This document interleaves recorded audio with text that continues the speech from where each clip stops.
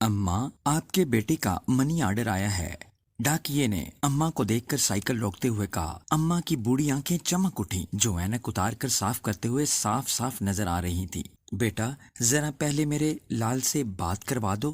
اماں نے امید بھری نظروں سے ڈاکیے کی طرف دیکھا، لیکن اس نے اماں کو ٹالنے کی کوشش کی۔ اماں، میرے پاس اتنا وقت نہیں ہوتا کہ آپ کے بیٹے سے ہر بار آپ کی بات کروا سکوں۔ مجھے اور بھی بہت سارے لوگوں کے خطوط اور پیغامات پہنچانے ہوتے ہیں۔ ڈاکیا اماں کو اپنے وقت کی اہمیت اور خود کی مصروفیات کی دلیل دینے لگا، لیکن بوڑھی اماں پر اس کی باتوں کا کوئی اثر نہ ہوا۔ انہوں نے کسی بچے کی طرح ضد و اصرار کرنا شروع کر دیا۔ بیٹا، بس تھوڑی دیر ہی کی تو بات ہے، گفتگو کرنے میں کون سا دن گزر جانا ہے۔ اماں، آپ ہر بار مجھ سے بات کرنے پر اصرار نہ کیا کریں، مجھے بڑے افسران کے سامنے جواب دہ ہونا پڑتا ہے۔ یہ کہہ کر ڈاکیا نے اماں کو پیسے دینے سے پہلے اپنے موبائل پر ایک نمبر ڈائل کرنا شروع کر دیا۔ یہ لے اماں، بات کریں لیکن زیادہ بات نہ کریں، پیسے کٹ جاتے ہیں۔ اس نے اپنا موبائل اماں کے حوالے کیا۔ اماں نے اس کے ہاتھ سے موبائل لے لیا۔ اماں اپنے بیٹے سے 1 منٹ فون پر بات کرنے کے بعد مطمئن ہو گئیں۔ اس کے جھریوں والے چہرے پر مسکراہٹ پھیل گئی۔ یہ 1000 روپے ہے اماں، یہ کہہ کر ڈاکیے نے 100 کے 10 نوٹ اماں کی طرف بڑھا دیے۔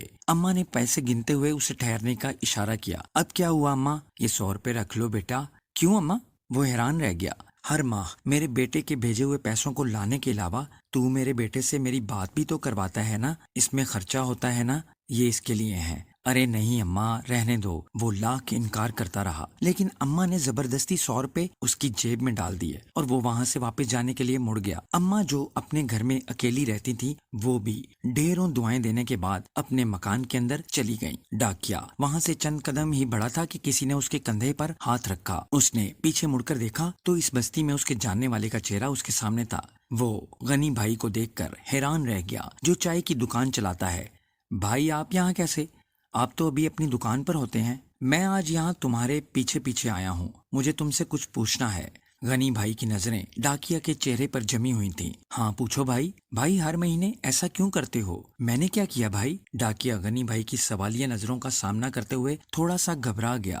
ہر ماہ تم اپنی جیب سے پیسے اس اماں کو بھی دیتے ہو اور مجھے بھی کہتے ہو کہ میں ان سے ان کا بیٹا بن کر فون پر بات کروں، ایسا کیوں؟ میں بہت دنوں سے مغالطے میں ہوں، مجھے آج اس پہیلی کا حل بتاؤ۔ غنی بھائی کا سوال سن کر ڈاکیا کچھ دیر تک ہچکچاتا رہا، جیسے اچانک کوئی بڑا جھوٹ پکڑا گیا ہو، لیکن اگلے ہی لمحے اس نے وضاحت کر دی۔ میں یہ پیسے ان کو نہیں دیتا، اپنی ماں کو دیتا ہوں۔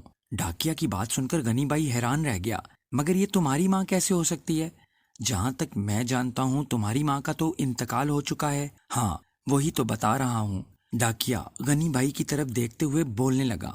ان اماں کا بیٹا کہیں باہر کمانے گیا تھا اور ہر ماہ اپنی اماں کو 1000 روپے کا منی آرڈر بھیجتا تھا، لیکن ایک دن منی آرڈر کی بجائے اس کے بیٹے کے ایک دوست کا اماں کے نام خط آیا۔ اس خط میں لکھا تھا کہ ان کا بیٹا انفیکشن کی وجہ سے جان کی بازی ہار گیا، وہ اب نہیں رہا۔ پھر کیا ہوا بھائی؟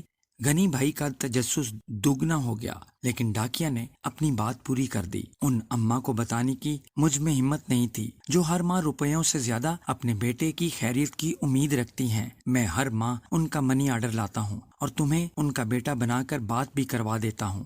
ان کا بیٹا تو زندہ نہیں رہا، لیکن میں نے ایک ماں کا بھرم زندہ رکھا ہے۔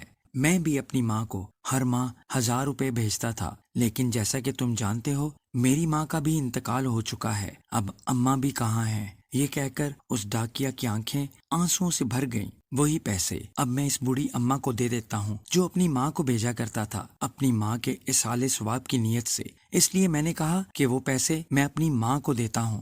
غنی بھائی اس ڈاکی کی بات سن کر دنگ رہ گیا اور اسے احترام بھری نظروں سے دیکھتے ہوئے اس کی پیٹھ ٹھونکتا ہوا واپسی کے لیے مڑ گیا۔